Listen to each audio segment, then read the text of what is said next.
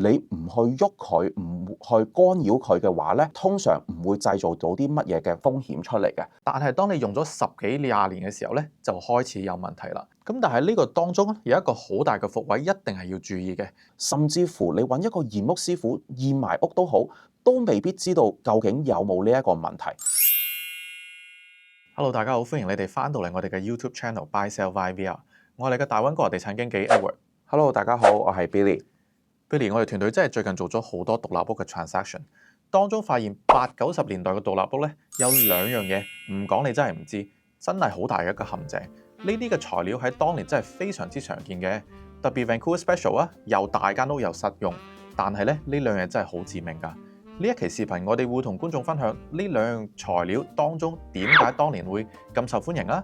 有乜嘢需要注意啦，同埋有乜嘢嘅 solution 嘅。咁或者 Billy 你又同觀眾分享第一樣係乜嘢啊？好啊，其實喺溫哥華舊嘅獨立屋入邊，往往都有一個好致命嘅問題，買家睇屋嘅時候用肉眼察覺唔到，甚至乎你揾一個驗屋師傅驗埋屋都好，都未必知道究竟有冇呢一個問題。今日想同大家觀眾第一樣分享嘅呢，就係石棉。咁石棉呢，其實係一種天然嘅礦物質纖維，以前呢，用咗喺好多建築材料入邊。因為佢比較平啦，佢隔熱、佢耐用同埋防火係特別好嘅。咁呢一啲材料咧，通常喺一間屋入邊咧，可能會喺啲炮谷頂嘅天花板啦、牆身啦，可能喺水管嘅 insulation 入邊、風管嘅膠紙，甚至乎間屋出邊 exterior 嘅 building material。咁其實石棉呢一樣嘢咧，你唔去喐佢，唔去干擾佢嘅話咧，係通常唔會製造到啲乜嘢嘅風險出嚟嘅。咁但係咧，風險真正出現嘅時候咧，就係當你要做一個裝修，可能要開牆啦、鑽窿啦、打磨嘅時候，將呢一啲纖維咧整咗入去空氣入邊，咁人咧呼吸咗入去個肺部入邊咧，有機會致癌嘅。好多人買舊屋嘅時候，都會用樓齡去判斷間屋究竟有冇石棉。其實樓齡呢一樣嘢，只係可以講話某一個年代嘅屋有石棉嘅風險究竟有幾高。譬如1980年前起嘅屋，風險就係特別高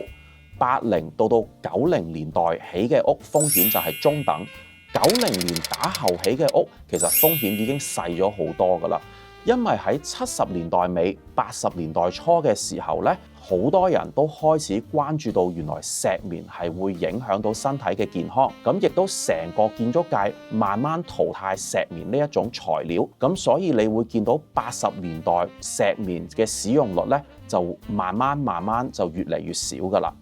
咁其實喺加拿大真正禁用石棉咧，係去到2018年先至開始㗎。咁大家可以去返政府嘅網站度睇有關嘅資料。好似我哋啱啱咁講，就算你揾一個驗屋師傅去幫你驗屋，驗屋師傅睇到呢啲建築材料嘅時候，其實佢肉眼亦都講唔到俾你聽，究竟呢個材料入邊有冇石棉。如果你真係要確定呢間屋入邊有冇石棉嘅問題呢，你係需要揾一個專業嘅公司去到呢一間屋度採一啲唔同嘅 sample， 咁攞翻去化驗所入邊做一個化驗，得出個結果，咁你先至可以肯定究竟係有定話冇石棉。咁呢一個報告通常咧都係500至1000蚊左右嘅。如果間屋真係驗咗出嚟有石棉呢一個問題，其實有兩個嘅解決方法。第一個解決方法咧，亦都最多人用嘅，就係唔好去喐佢。如果你短期內都冇諗過做裝修，唔鑽窿、唔開牆嘅話，其實石棉唔喐嘅話，對你嚟講風險唔大嘅。第二個解決方法咧，就係如果你要做裝修，咁你就要考慮到時去除石棉嘅費用，可能係幾千蚊，甚至乎係幾萬蚊，咁就要睇下你個 project 有幾複雜啦。總結嚟講，石棉喺溫哥華獨立屋入邊好常見，亦都唔代表佢一定唔安全。最緊要你知道佢嘅存在、佢嘅風險同埋點樣去處理。咁樣 Edward， 或者你又同大家分享下第二樣嘢係咩啊？好啊，Billy 就同觀眾分享咗一個對身體健康好致命嘅一個隱患就係石棉啦。跟住來我會同觀眾分享下對你個荷包都好致命嘅一個隱患喎，就係灰管啦。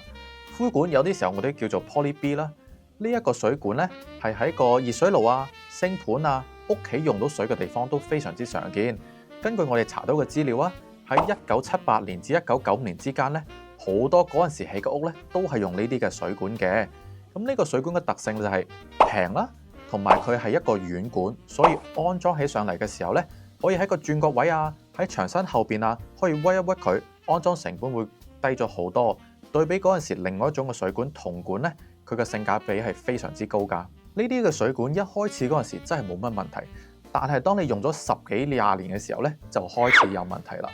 因為我哋喺溫哥華嘅食用水入邊係加咗一啲嘅 chlorine 氯氣嘅，咁呢啲嘅 chlorine 咧慢慢就會同個水管有一啲嘅化學作用啦。而且每一日你有凍水、熱水不停流過嗰個水管呢，水管入邊就會產生一啲嘅 microfracture， 一啲微小嘅裂痕。而且呢啲嘅裂痕咧係由個水管嘅入邊裂到出去出邊嘅喎，所以你喺出邊望嗰條水管嘅時候咧，佢未必會 show 到任何嘅缺陷啊或者問題。但係當真係爆水管嘅時候咧，就係成條爆出嚟㗎啦。所以好多人佢會覺得，不如我耐唔耐檢查下啦？未必會檢查到㗎，真係發生起災難咧都好大鑊嘅。咁買屋嘅時候諗住點樣可以 check 到究竟有冇灰管啊？好多時候我哋請驗屋師去睇咧，佢就會睇一睇個星盤下邊啦，個水槽下邊啦，或者嗰個熱水器附近嗰啲水管究竟有冇印住一個 PB2110嘅字樣嘅水管同埋灰色嘅。如果係嘅話咧，就好大機會係灰管嚟㗎啦。咁但係呢個當中有一個好大嘅伏位，一定係要注意嘅，就係話可能我哋想知道間屋有冇灰管啦，我哋請個驗屋師去做個驗樓，但係驗屋師佢淨係可以驗佢見得到嘅嘢，見唔到嘅嘢佢係冇辦法驗嘅喎。譬如佢可以打開個櫥櫃啊，睇下個熱水爐附近啲水管有冇換到，但係有可能之前個業主為咗慳錢啦，又或者佢換熱水爐嘅時候淨係換咗嗰一 part 嘅水管。你見到嗰度附近有一啲新嘅水管呢，唔代表佢成間屋都係換咗最新嘅嗰啲嘅水管㗎。呢個正正就係灰管呢個陷阱最大嘅一個 limitation。如果你真係買咗一間屋入邊有灰管呢，最需要留意呢就係保險，因為好多時候保險公司聽到你間屋如果係有灰管嘅話呢，佢未必會受保㗎，因為保險公司佢都要承擔當中漏水嘅風險嘅。一係佢就唔受保，如果佢受保嘅話呢，可能將你個保費啦，同埋個 water deductible 個墊底費加到非常之高。如果你俾銀行知道你個保險都買唔到呢，有時佢貸款可能都難咗好多㗎，所以呢個都需要注意嘅。咁講咗咁耐啊，其實有冇解決嘅方法呢？如果間屋又有灰管又行地暖嘅，咁樣可以點樣解決啊？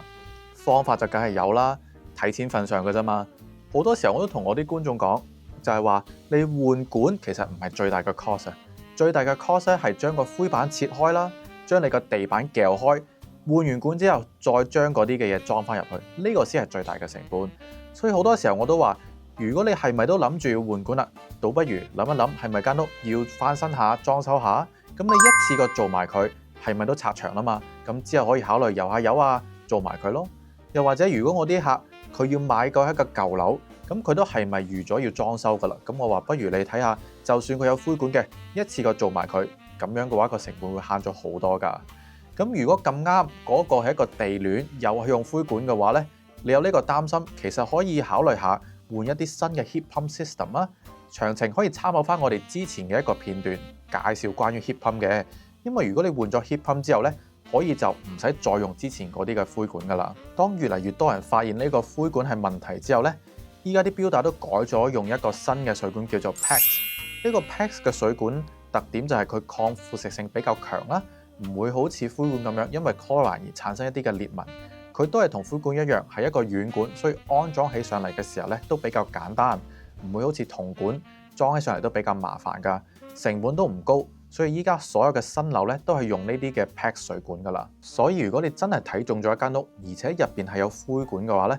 記得要將你之後換管啦、開牆啦，甚至換地板嘅成本都計算喺當中，因為之後你肯定需要換管㗎嘛。咁希望呢條影片可以幫到大家啦。如果大家有任何問題，歡迎喺下邊 comment， 記得 like、subscribe 同埋 share 呢條片。咁我哋下一條片見啦，拜拜。